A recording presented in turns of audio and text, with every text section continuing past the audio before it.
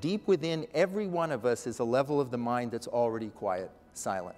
And in Transcendental meditation, we access it.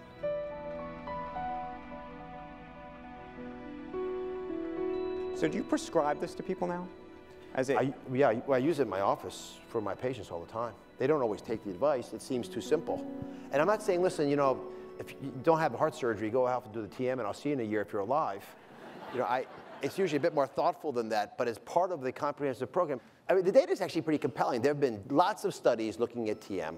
Without any question, it seems to reduce blood pressure as much as many prescription medications. And if I can give you a solution that reduces blood pressure, which is the #1 cause of aging, that doesn't require medication, I think we ought to take advantage of it. What does the science say about what it does to the brain? The brain, as you know, gives off electrical signals, and the pattern of that is called the EEG, and it has different waveforms.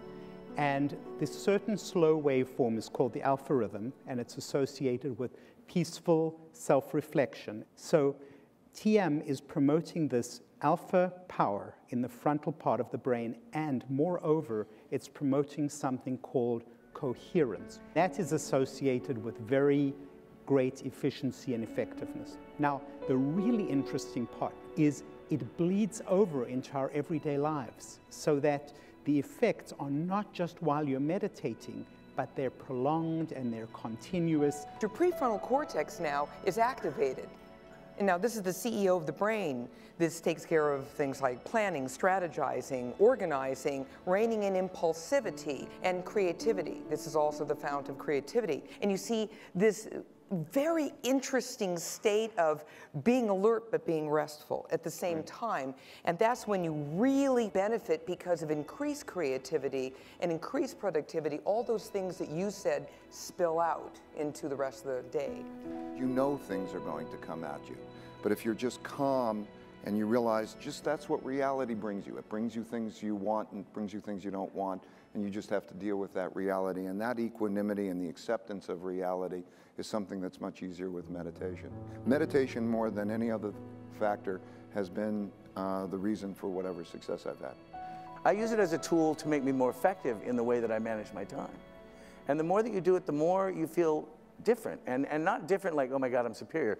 It's just like, you know what? I'm a little bit more in charge of my destiny right now. I'm maybe a little less likely to feel tremendous disappointment or anger or anguish at the situation at hand in the restaurants. And it's more like it gives me a wider base from which to see more opportunities.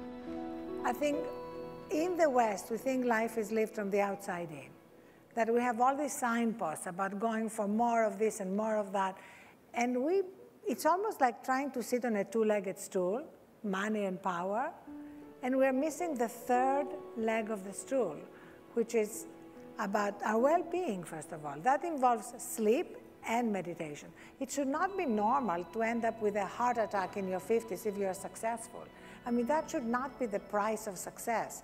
It should not be normal to have 75% of our healthcare costs being because of preventable chronic stress-related diseases. I think you're one of the people who's out there now making it cool to take care of yourself, and that's what we do in magazines as well, is we really teach women that it's okay to take care of yourself. I think we are turning that corner a little bit, where my kids were, you know, younger and they were after me for certain things and I felt like I had absolutely no time to get to them.